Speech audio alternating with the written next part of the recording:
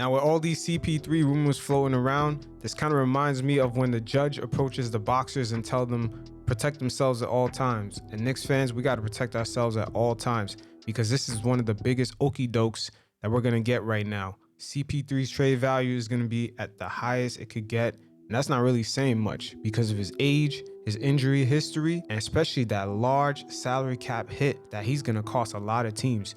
I mean, this guy is making almost John Wall money, about $6 million short of that. So OKC's general manager, Sam Presti, aka the master of the rebuild, well, he operates under very cheap ownership. They understand that CP3's value is at the highest it's going to be right now, and they're willing to toss him out in the market to see who's dumb enough to bite. But unfortunately for them, it ain't going to be us, because in 2021, we definitely do have aspirations of going after a lot of those free agents that's going to be out in the market. And also, to offload CP3, they're going to try to offload some of those draft picks that they got from the Clippers.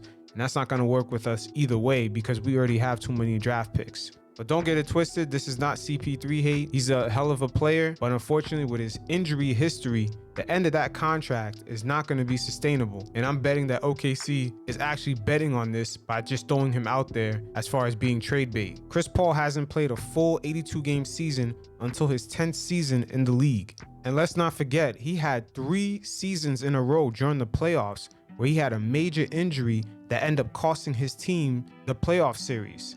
In the 2014-15 playoff series against Houston, CP3 missed the first 2 games and they ended up losing that series. And in 2015-16 playoff series against the Portland Trail Blazers, he broke his hand, he ended up missing the series. And the Clippers once again got eliminated.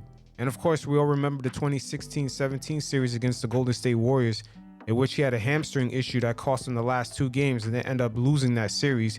Even though quiet is kept, they were getting their ass bust because Andre Iguodala was doing his thing until he got hurt, then that whole series flipped around. So when you throw all these playoff injuries on top of his regular season injuries, which is also a lot, OKC is actually looking at the history of this and is definitely betting that whatever he's doing right now is not sustainable, and while his trade value is high, try to get rid of him, possible to a championship contending team or to another team that needs a point guard.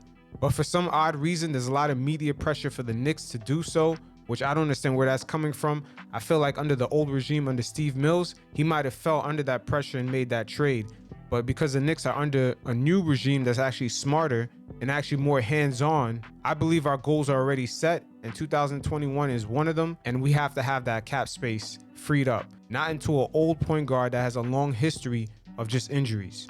So once again, to all my Knicks fans, especially to the Knicks front office, protect yourself at all times.